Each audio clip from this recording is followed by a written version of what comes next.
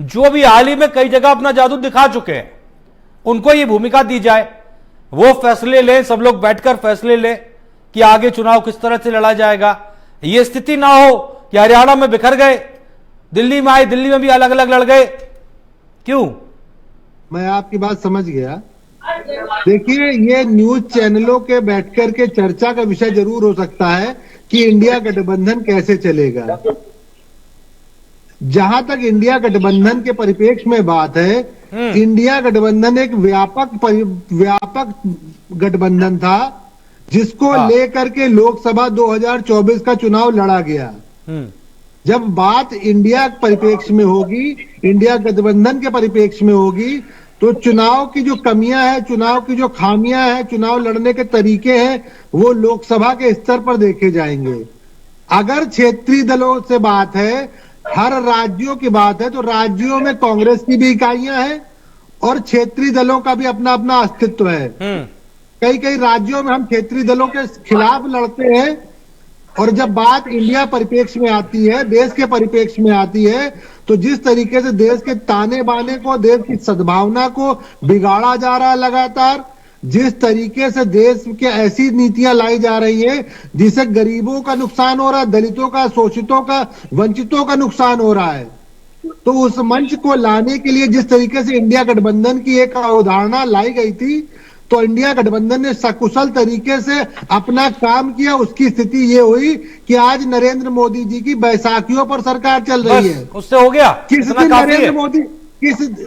दिन नरेंद्र मोदी सत्ता से गिर जाए, सत्ता से चले जाए, बिल्कुल काफी है। बिल्कुल आज नरेंद्र मोदी को कमजोर कर दिया गया इंडिया गठबंधन। छात्र वो होशियार माना जाता है, छात्र वो होशियार माना जाता है मोहित जी, जो अपने नंबर फुल लेकर आए, ना कि दूसरे की कॉपी छीन गए और दूसरे को कमजोर कर दे तो माना जाएगा कि मैं अच्छा हूं। बीजेपी ऑफिस में जश्न का माहौल है। बड़ी खबर इस वक्त की, जहां पर रुझानों में आम आदमी पार्टी का जो प्रदर्शन है वो काफी खराब अभी नजर आ रहा है। बीजेपी के प्रवेश वर्मा जो है, उनको लेकर भी अपडेट है। तो रुझानों में आपका खराब प्रदर्शन, तो जहां पर बड़ी खबर इस वक्त की और बड़े अपडेशन के साथ आपको हम लगातार दिखा रहे हैं, बता रहे हैं, जिसमें तमाम तस्वीरें देखिए। बीजेपी में जश्न का माहौल है, तो बीजेपी में जश्न का माहौल। और कुछ आप भी सुनिए ये संगीत, जो यहां पर भारतीय जनता पार्टी कार्यालय के बाहर जश्न का माहौल है। सड़क पर तमाम कार्यकर्ता बैंड बाजा के साथ जश्न मना रहे हैं। और मेरे हिसाब से अब चूंकि 10:30 बज चुका है और अगले 1-1.5 घंटे में जो है वो स्थिति 90% के आसपास क्लियर हो जाएगी और समझा जाएगा। शिव सिंह जी है मेरे साथ, भारतीय जनता पार्टी के प्रवक्ता है। शिव सिंह जी, अब तो जश्न का माहौल है भाई। अब तो आप 27 साल बाद जो है वो लग रहा है कि दिल्ली आपने फतेह कर ली, साम दाम दंड भेद सब लगाकर। कोई साम दाम दंड भेद नहीं है, ये जनता का प्यार है जो भारतीय जनता पार्टी को मिल रहा है। नहीं तो वही कह रहा हूं, मानिए कि दो बार केजरीवाल जी मुख्यमंत्री बने हैं और हम पीछे भी चुनाव हमने लूज किया, हमने झारखंड का चुनाव लूज किया, हमने लोकसभा में, जैसे हमारे कांग्रेस के प्रवक्ता कह रहे, हमने लोकसभा में भी हमने उस तरह से सीटें नहीं अर्जित कर पाए हम लोग। लेकिन हम लोगों ने कभी चुनाव आयोग और ईवीएम पर प्रश्न नहीं लगाया। जिस तरह का आज इन लोगों ने वातावरण बनाया, तो महाराज आप ही ने की थी, आप भूल गए। आप निश्चित रूप से मानिए, निश्चित रूप से मानिए, हाँ भूल गए आप भी ने आप निश्चित रूप से मानिए कि जनता का प्यार है जो जनता ने हम लोगों को दिया है। और निश्चित रूप से अभी जो सभा के प्रवक्ता कह रहे थे कि जनता का जो मैंडेट होता है हमको स्वीकार करना पड़ता है, तो ये मुझे लगता है कि आज जिस तरह के आरोप प्रत्यारोप की बात कर रहे हैं, तो आज आरोप प्रत्यारोप करने से आज कुछ हो नहीं जाएगा। ये आपको वोटिंग से पहले का ये वक्तव्य था जो आज आप दे रहे हैं। आपको लग रहा था कि लोकसभा में जिस तरह का परिणाम हुआ हमारे प्रचार करने से, वही परिणाम हम जब आम चुनाव लड़ेंगे तब भी हमारा होगा।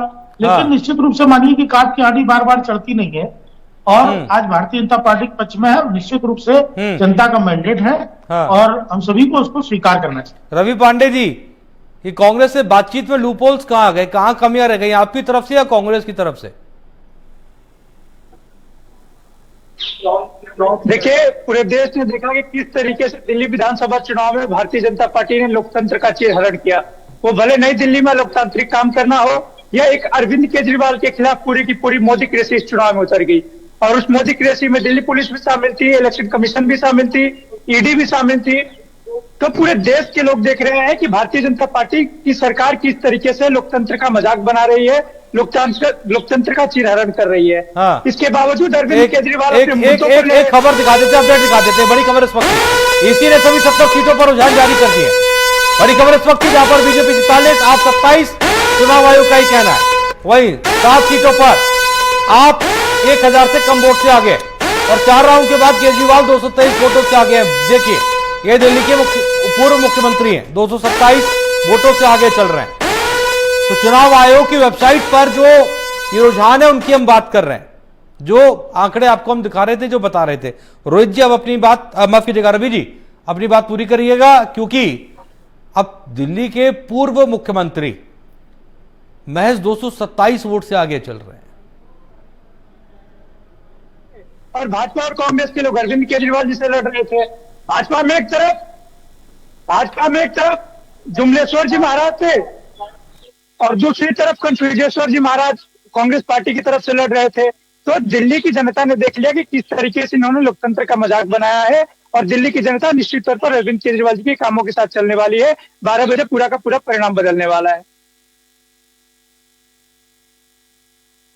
तस्वीरें भी आप देख पा रहे हैं जहां पर काउंटिंग लगातार जारी है, और इसी बीच तमाम सीटों के अपडेट एक एक बार आपको हम दिखा रहे हैं, जहां पर राजौरी गार्डन, मंगोलपुरी, बाबरपुर, करावल नगर, मादीपुर, मोती नगर और बादली, राजौरी गार्डन, गेटर कैलाश, जंगपुरा, रोहिणी, शकूर बस्ती, गांधीनगर और पटपड़गंज के ये अपडेशन है। जहां पर आगे कौन कौन चल रहा है वो नाम आपको हम दिखा रहे हैं। जो पीछे जिन सीटों पर तमाम जो पार्टियां चल रही हैं वो आपको हम दिखा रहे हैं, जिनसे आप काफी कुछ स्थिति जो है वो समझ सकते हैं। एसके दुबे जी, यहां पर एक सवाल जो है वो महत्वपूर्ण उठता है। देखिए, हम मानेंगे इंडिया गठबंधन पर भी चर्चा हम लगातार कर ही रहे हैं और आगे भी होगी, और जाहिर सी बात है हमारे चर्चा करने से ज्यादा कुछ होगा भी नहीं।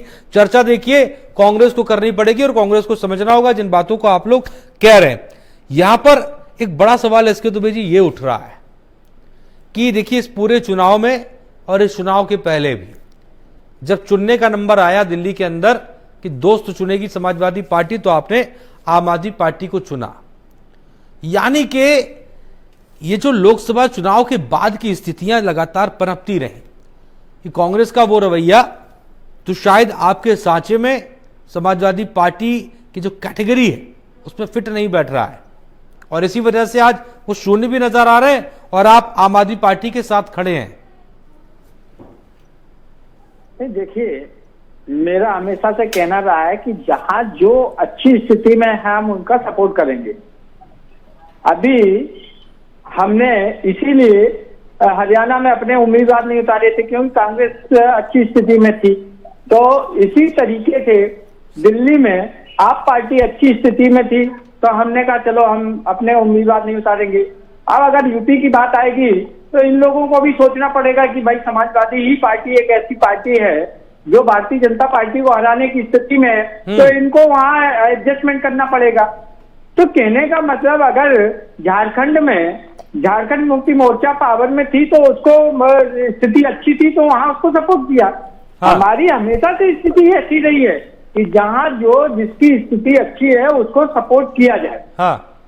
अब ठीक है, कांग्रेस का अपना मत है, कांग्रेस क्या करेगी क्या नहीं करेगी वो जाने, लेकिन हम अपनी स्थिति क्लियर जानते हैं कि हमें अपना स्टैंड मेरा क्लियर है, जिसमें कहीं कोई दो राय नहीं है, कहीं कोई उसमें दिक्कत नहीं। ठीक है। रवि पांडे जी, एक चीज समझेंगे, अगर आप देखेंगे कि चुनाव आयोग की तरफ से जो रुझान अभी जारी किए गए हैं और जो आप बता रहे हैं उनकी वेबसाइट पर 10 सीटें हैं ऐसी जिस पर आम आदमी पार्टी आगे चल रही है महज 1000 वोट से। ये आपको लगता है कि ये भी एक अपने आप में बहुत वो वाली बात है जहां पर कमजोरी की बात हो वापसी होगी कि नहीं होगी? बहुत अर्ली स्टेज है। मैं फिर आपको कह रहा हूँ कि अरविंद केजरीवाल जी की लीडरशिप में चौथी बार आम आदमी पार्टी दिल्ली के लोगों ने हमें बहुत समर्थन दिया। दिल्ली के लोग हमारे साथ खड़े थे, खड़े रहेंगे। और अभी इन आवाज नहीं आ रही सर? जी बोलिए, आप बोलिए, आपकी आवाज आ रही है। प्रश्न दोहराएंगे, मैं सुन नहीं पाया। मैं सर ये समझ रहा था, आपसे ये समझना चाह रहा था कि चुनाव आयोग की तरफ से जो अभी आंकड़े आए हैं, 10 सीटें ऐसी हैं जहां पर आम आदमी पार्टी महज 1000 वोट से आगे चल रही। मतलब ये आंकड़ा भी जो है वो वाला आंकड़ा है जिसे पूरा किया जा सकता है, यानी कि जो विरोधी है उसे कवर कर सकता है। ये स्थिति आएगी तो आपको भी नहीं पता था। देखिए, उल्टा है, आत्मविश्वास से लवरेज है कि हमारी सरकार प्रचंड जनादेश के साथ आ रही है। मैं आपसे फिर यही कहूंगा कि एक बार 12 बजे तक का इंतजार करिए। दिल्ली की जनता भारतीय जनता पार्टी के गुंडागर्दी और इनके अहंकार की जवाब देने वाली है। जिस तरीके से दिल्ली की जनता की ताकत, की वोट की ताकत को इन लोगों ने घटाने का काम किया था, उसका जवाब देगी। और जिस तरह से कांग्रेस पार्टी ने भी इस चुनाव में भारतीय जनता पार्टी का मदद करने का काम किया। प्रवेश वर्मा जी नई दिल्ली विधानसभा में लोकतंत्र का मजाक बना रहे थे, लोटा बांट रहे थे, चादर बांट रहे थे, साड़ी बांट रहे थे, पैसे बांट रहे थे, और संदीप दीक्षित जी FIR अरविंद केजरीवाल जी के खिलाफ करवा रहे थे। तो इन तमाम मुद्दों पर दिल्ली की जनता को पता है कि बीजेपी और कांग्रेस केवल अपनी सत्ता के लिए लड़ रही है। अरविंद केजरीवाल जी ये दिल्ली की शिक्षा के लिए लड़ रहे हैं, और आपकी स्क्रीन पर लगातार आम आदमी पार्टी की सीटें बढ़ रही है। हमें पूर्ण उम्मीद है कि 12 बजे के बाद पूरा का पूरा यह आंकड़ा बदल जाएगा। ये तो मान ही रहे हैं, ये तो हम कह ही रहे हैं कि आंकड़ा लगातार बदल रहा है। शुरू से अगर मैं आपको अपडेशन दे दूं कि जब 7 बजे से, माफी देगा 8 बजे से रुझान आना शुरू हुए, तो एक बार ऐसा मौका आया जब आम आदमी पार्टी ने रुझानों में बहुमत पा लिया और उसके बाद पीछे हट गई, तब से पीछे। और भारतीय जनता पार्टी सुबह 8 बजे से 5 बार जो है वो रुझानों में बहुमत पा चुकी है। और अभी देखिए 40 से कम नहीं जा रही, 40 पर आ रही है, 40, 42 हो रही, 43 हो रही, 44 हो रही है। तो अब कितना इसमें बदलता है ये देखने वाली बात होगी, चूंकि जादुई आंकड़ा 36 का है। अब इस 36 को कौन छूता है? आम आदमी पार्टी अभी 6 सीटें पीछे, आपकी उम्मीद के मुताबिक ही जल्दी कवर कर लेगी, लेकिन मैच उतने से काम नहीं होगा ना। काम होगा कि दूसरी पार्टी जो है वो कहां तक पहुंचती है। एसके द्विवेदी यहां पर सवाल देखिए, उत्तर प्रदेश पर बार बार मैं इसलिए जरूर आ जाता हूं। देखिए समाजवादी पार्टी का जो लोकसभा चुनाव के बाद, हालांकि आप कहेंगे पहले से, लेकिन मेरा यह मानना है लोकसभा चुनाव के बाद से समाजवादी पार्टी ने, अखिलेश यादव ने खुद को साबित किया। वो जो आरोप तमाम लग रहे थे उनको निराधार बताते हुए अच्छे परिणाम लेकर आए।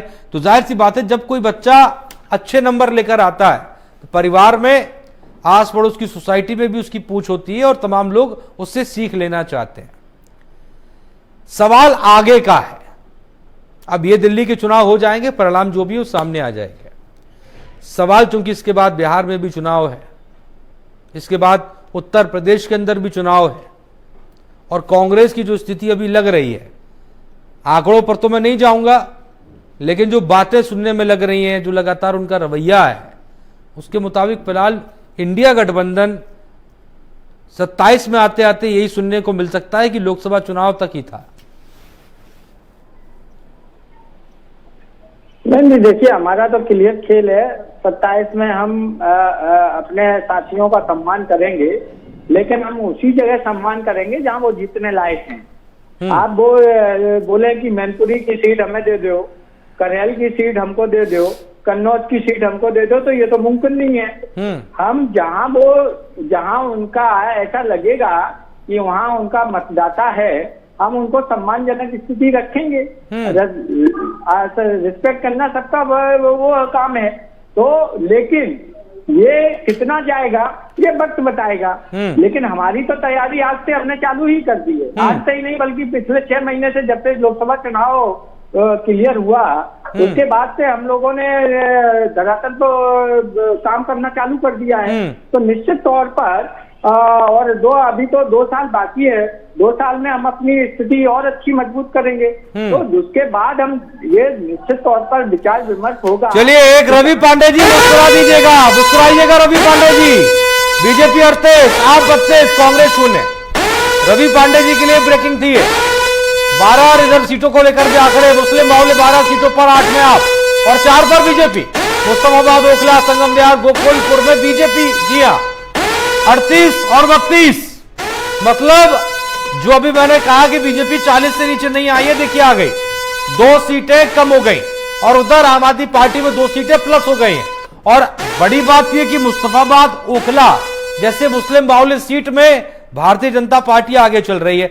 सबसे पहले रवि पांडे जी मुस्कुरा दीजिएगा और मुस्कुराहट के साथ एक प्रतिक्रिया दे दीजिएगा। उसके बाद शिव सिंह जी आपके पास आ रहा हूं। देखिए, दिल्ली की जनता इन रुझानों के माध्यम से भारतीय जनता पार्टी के साथ एक मजाक कर रही है कि ये 27 सालों से बनवास काट रहे हैं, इसीलिए इनको 2-2.5 दिन की एक खुशी मिली थी जिसकी वैलिडिटी में 12 बजे के बाद समाप्त हो जाएगी। 2013 के एग्जिट पोल में भी इनको खुशी मिली थी, 2015 के एग्जिट पोल में भी इनको खुशी मिली थी।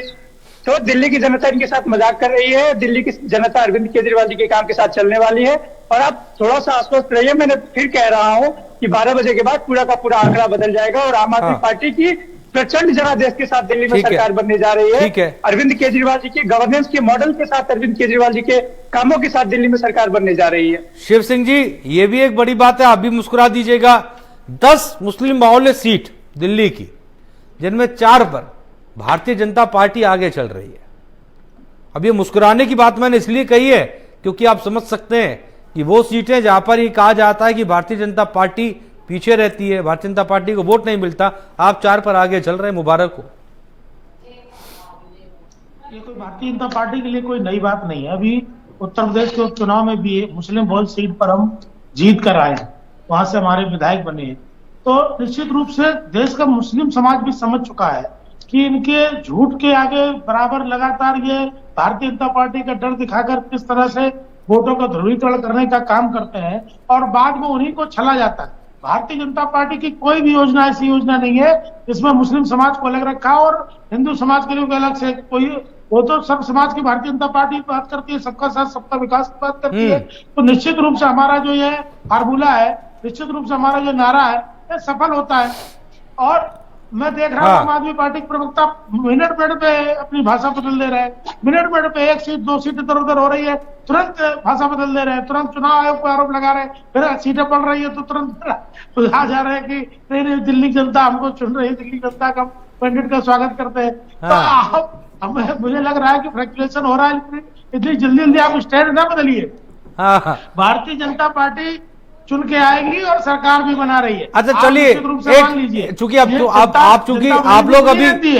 लोग अभी हमारे साथ नहीं बैठे ही है, तो एक बार ना आप बता दीजिएगा, शिव सिंह जी पहले आप बता दीजिएगा, आपके हिसाब से भारतीय जनता पार्टी की कुल सीटें कितनी आएंगी आपके मुताबिक? ये आप वाला है, आम आदमी पार्टी वाला नहीं है। नहीं, मुझे लग रहा है 50 प्लस जाएगी। 50। ओके, ठीक है। माफ कीजिएगा, रवि पांडे जी,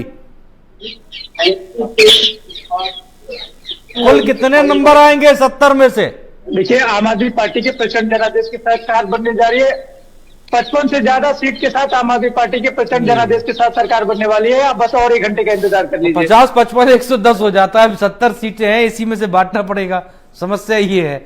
और उधर देखिए मेरे, चूंकि मोहित भाई बैठे हैं, अभी वो हालांकि प्रतिक्रिया लगातार दे रहे हैं, लेकिन ये बात वाकई में सोचने वाली बात है कि पिछले चुनावों से उत्तर प्रदेश में जो स्थिति बहुजन समाज पार्टी की हो रही है, वही स्थिति देखिए यहां पर 0 पर कांटा अटका हुआ है कांग्रेस का। दिल्ली में एक बड़ा आत्ममंथन इस बार तो मोहित जी लग रहा था खुद संदीप दीक्षित उतरे नई दिल्ली में।